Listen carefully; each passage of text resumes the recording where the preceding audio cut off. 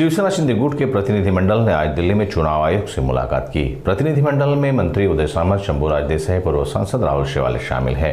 इस मुलाकात में राज्य के कई बड़े शहरों में अवैध बांग्लादेशियों की घुसपैठ पर लगाम लगाने को लेकर चर्चा की गई। इस मुलाकात के बाद प्रतिनिधिमंडल ने मीडिया से बातचीत के दौरान इसकी जानकारी दी।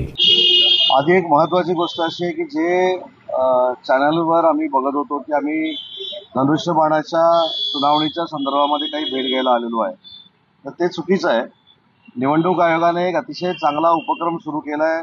देश पातळीवर, राज्य पातळीवरचे जे पक्ष आहेत आणि देश पातळीवरचे जे पक्ष आहेत त्यांच्या शिष्टमंडळांना किंवा त्यांच्या पक्षप्रमुखांना बोलून त्यांच्या भविष्यातल्या निवडणुकांबद्दलच्या संकल्पना काय आहेत किंवा त्यांचे व्ह्यूज काय आहेत हे बघण्यासाठी ते शिष्टमंडळ बोलवतात। आणि त्या शिवसेनेच्या शिष्टमंडळामध्ये एकनाथ शिंदे साहेबांच्या आदेशानं मिलिंद देवरासाहेब, मी, राहुलजी शेवाळे आणि शंभूराज देसाई या शिष्टमंडळामध्ये होतो। आणि या शिष्टमंडळामध्ये आमच्या ज्या काही मागण्या होत्या, आमच्या ज्या काही संकल्पना होत्या किंवा निवडणुकीला वन नेशन वन इलेक्शन जो नरेंद्र मोदी साहेबांचा संकल्प आहे त्याला ऑलरेडी एकनाथ शिंदे साहेबांनी पाठिंबा दिलेला आहे, ते देखील आम्ही स्वतःच त्या ठिकाणी केलं। आणि दुसरी महत्त्वाची गोष्ट की मुंबई महानगरपालिकेची निवडणूक असेल किंवा स्थानिक स्वराज्य संस्था असतील, आमदारकीच्या निवडणुका असतील, तर ते मतदार यादी जी आहे ती आधार कार्डला जोडता येईल का हे देखील आम्ही त्यांना विनंती केलेली आहे।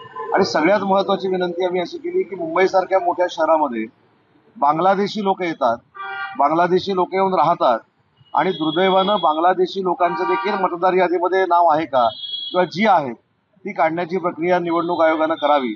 आणि बाकी सगळ्या ओव्हरऑल निवडणूक आयोगाच्या त्यांच्या संकल्पना काय आहेत निवडणुकीच्या संदर्भातल्या त्या देखील आम्ही ऐकून घेतल्या। आमची 15 ते 20 मिनिटं त्यांच्याबरोबर बैठक झाली आणि या बैठकीमध्ये सुप्रीम कोर्टामध्ये जी काही सुनावणी सुरू आहे त्याच्यामध्ये काहीही त्याच्यामध्ये तथ्य नाही, त्याची कुठचीही चर्चा झाली नाही, त्याचा गैरसमज देखील कोणामध्ये असू नये। भविष्याच्या निवडणुकांमध्ये आमचं सजेशन काय, आमची कल्पना काय हे शिवसेनेच्या माध्यमातून मी असेन, मिलिंद देवरासाहेब असतील, राहुलजी असतील आणि शंभूराज देसाई असतील यांनी त्यांच्यासमोर मांडलेलं आहे। साहेब, अशाच पद्धतीने बिहारमध्ये मतदार पुनर्तपासणी मोहीम सुरू आहे। तुम्ही जो मुद्दा बांगलादेशचा मांडला अशाच पद्धतीने महाराष्ट्रात देखील पुनर्तपासणी मोहीम अपेक्षित आहे। नाही, त्याचा अर्थ शेवटी मला असं वाटतं की तोच आहे की ज्यावेळी आपण बांगलादेशी मतदार तपासा म्हणून सांगतो त्यावेळी या सगळ्याच गोष्टी त्याच्यामध्ये येणार आहेत।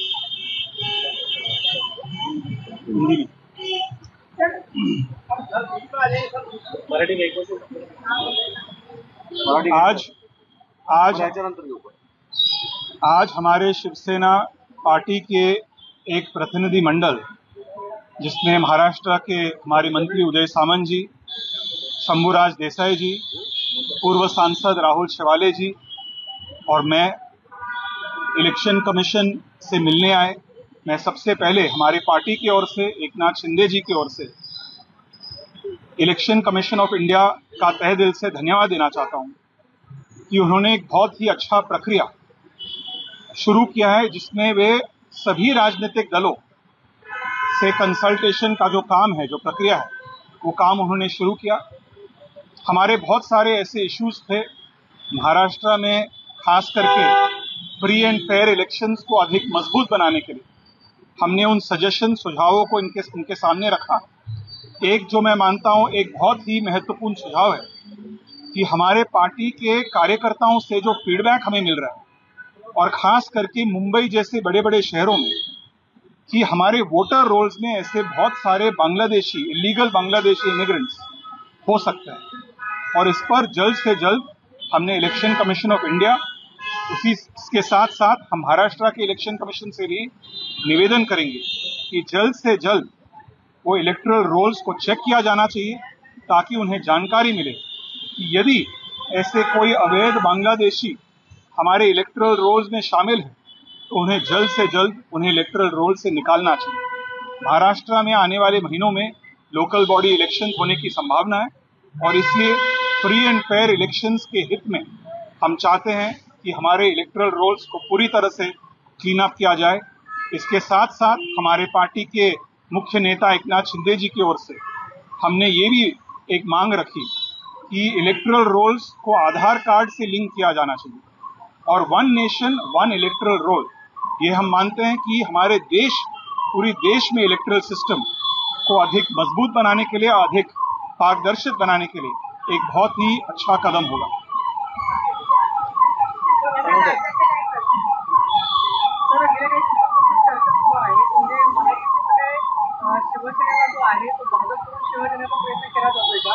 मराठी सिनेप्लेक्ससाठी बैठक एकनाथ शिंदे घेणार होते, आशिष शेलार परदेशी दौऱ्यावर असल्यामुळे रद्द झाली, त्याच्यामुळे थोडी चर्चा आहे की फडणवीसांनी असं काही बैठकांचा साथ नव्हता, त्याच्यामध्ये नक्की काय सत्यस्थिती काय आहे पण नाही, या मताशी मी कुठेही सहमत नाही. मुद्दा असा आहे की मल्टिप्लेक्स हा मराठी चित्रपटांना दिला गेला पाहिजे. ही काय एका विशिष्ट पक्षाची मागणी नाही, ही आमच्या शिवसैनिकांची देखील मागणी आहे. आणि त्याच्यासाठी माझ्यासोबत माझे मित्र माजी खासदार राहुलजी शेवाळे साहेब आहेत. त्यांनी देखील अनेक वेळा प्रयत्न केलेला आहे. त्यांच्या माध्यमातून देखील बैठकांचं आयोजन झालेलं आहे.